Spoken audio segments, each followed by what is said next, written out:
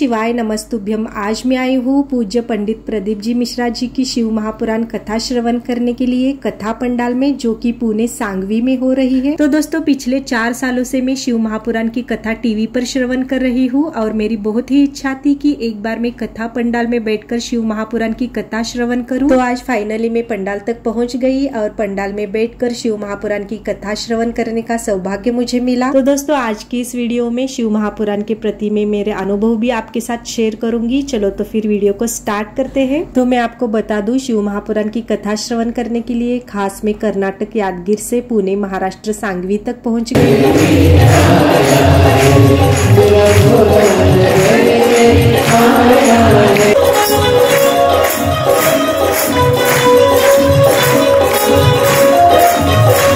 वैसे तो मुझे बहुत ही पहले से लग रहा था कि कथा पंडाल में बैठकर कथा सुननी चाहिए, लेकिन गुरुजी बहुत ही दूर दूर कथा वाचन करते हैं और बहुत दूर मैं अकेली नहीं जा सकती हूँ। लेकिन मैंने प्रण लिया था, जब भी गुरुजी पुणे आएंगे कथा वाचन करने के लिए, तभी मैं जरूर पंडाल तक पहुंचकर शिव महापुराण की कथा पंडाल में बैठकर श्रवण करूंगी। वैसे तो मैं सांगवी पहली बार आई हूँ और गुरुजी कहते हैं ना, अगर आपके मन में कथा के प्रति विश्वास, श्रद्धा, भावना सच्ची हो तो महादेव जी खुद आपका हाथ पकड़कर पंडाल तक पहुंचा देते हैं। और उसी विश्वास के साथ आज मैं यहाँ पर आई हूँ और पंडाल में आकर मुझे जो आनंद हो रहा है, जो खुशी हो रही है ना, वो तो मैं आपको शब्दों में बयान कर ही नहीं सकती हूँ। शिव महापुराण की कथा श्रवण करने के लिए घर से निकलते हुए शिवालय में जाकर शिवलिंग पर 1 लोटा जल चढ़ाया और शिव जी को इतना कहा कि हे भोलेनाथ, इतनी दूर पहली बार शिव महापुराण की कथा श्रवण करने जा रही हूँ, मुझे सही से पहुँचा देना। और भोलेनाथ जी ने मुझे पंडाल तक तो सही से पहुँचा दिया और गुरु जी के हाथ की एक बेलपत्री भी दिलवा दी। कथा पंडाल तक तो मैं पहुंच गई थी और बैठने के लिए भी मुझे अच्छे से जगह मिल गई थी और वहां पर खाने पीने की, बाथरूम की सभी व्यवस्थाएं थी, लेकिन भीड़ बहुत ही थी। तो मैंने सोचा यहाँ लॉजिंग में एक रूम ले लेंगे फ्रेश होने के लिए। इसलिए मैं कथा पंडाल के आसपास के लॉजिंग में रूम देखने के लिए गई, लेकिन वहां जाने के बाद मुझे पता चला लोगों ने पहले से ही रूम बुकिंग किए हुए हैं, इसलिए मुझे कोई भी रूम नहीं मिला। शाम हो रही थी, इसलिए मैं फिर से वापस पंडाल में आकर बैठ गई। तभी मेरे पास एक पति पत्नी का जोड़ा आता है और उन्होंने मुझे कहा, आप कहाँ से आए हो? तो मैंने उनसे कहा, मैं कर्नाटक यादगीर से आई हूँ और खास शिव महापुराण की कथा श्रवण करने आई हूँ। तो उन्होंने मुझे पूछा, क्या आप 7 दिन इस पंडाल में ही रहोगे? तो मैंने तो कहा, इतनी दूर कथा श्रवण करने आए हैं तो पंडाल में ही रहेंगे, लेकिन मुझे फ्रेश होने के लिए, नहाने के लिए रूम चाहिए था, लेकिन यहाँ पर किसी लॉजिंग में मुझे रूम नहीं मिला। तो उस बहन ने कहा, हमारा घर पंडाल के पीछे ही है, क्या आप हमारे घर आना पसंद करोगे? तो पहले तो मैंने उनसे धन्यवाद कहा और मैंने कहा, अभी तो मिले हैं और मैं आपके घर कैसे आ सकती हूँ? तो उन्होंने कहा कि हम भी महादेव जी के भक्त हैं, आप भी महादेव जी के भक्त हो, हम भी कथा श्रवण करने ही आए हैं और आप भी कथा श्रवण करने ही आए हो, तो आप निसंकोच होकर हमारे घर चलिए। और वैसे भी गुरुजी कहते हैं ना, पंडाल में बैठे हुए किसी भी भक्त की मदद करना मतलब पुण्य का काम होता है, तो आप हमें मौका दीजिए और आप निसंकोच होकर हमारे घर चलिए। वैसे तो मुझे उनके घर जाना कुछ अजीब लग रहा था, लेकिन उस बहन ने कहा, इतना क्यों सोच रही हो, आप अपनी बहन के ही घर जा रहे हो, ऐसा समझकर आप मेरे घर आ जाइएगा। तो मैंने उनसे कहा, मैं पूरा दिन पंडाल में सेवा करूंगी, रात में यहाँ पर भजन होता है तो मैं भजन में शामिल हो जाऊंगी और सुबह में फ्रेश होने के लिए मैं आपके घर आ जाती हूँ। तो उन्होंने कहा, ठीक है, आप अपना घर समझकर कभी भी आ जाइएगा। तो इस तरह से शिव महापुराण के पंडाल में रहने की व्यवस्था मेरी हो गई। तो अब मैं शिव महापुराण की कथा पंडाल में सुबह से दोपहर तक सेवा करती थी, दोपहर से शाम तक शिव महापुराण की कथा श्रवण करती थी, रात में हम सब मिलकर भजन करते थे और सुबह होते ही वो बहन आकर मुझे अपने घर लेकर जाती थी और मेरे नहाने के लिए गर्म पानी की व्यवस्था, नाश्ता, चाय खिलाकर पिलाकर वो मुझे फिर से पंडाल में लाकर छोड़ देती थी। तो ये मेरे लिए बहुत ही सुंदर अनुभव था। ऐसा लग रहा था कि मेरी सारी व्यवस्थाएं मेरे महादेव जी ही देख रहे हैं। और इस तरह से रोज में कथा श्रवण करने लगी, लेकिन मेरा मन नहीं मान रहा था। मुझे लग रहा था मुझे और भी आगे बैठना है, लेकिन आगे VIP की सीट थी, उसके आगे VVIP की सीट थी और वहाँ पर बैठने के लिए टिकट्स थी और वो सभी टिकट सब खत्म हो गए थे, मुझे कोई टिकट नहीं मिला। तो मैंने सिक्योरिटी गार्ड से बात की, तब उन्होंने कहा,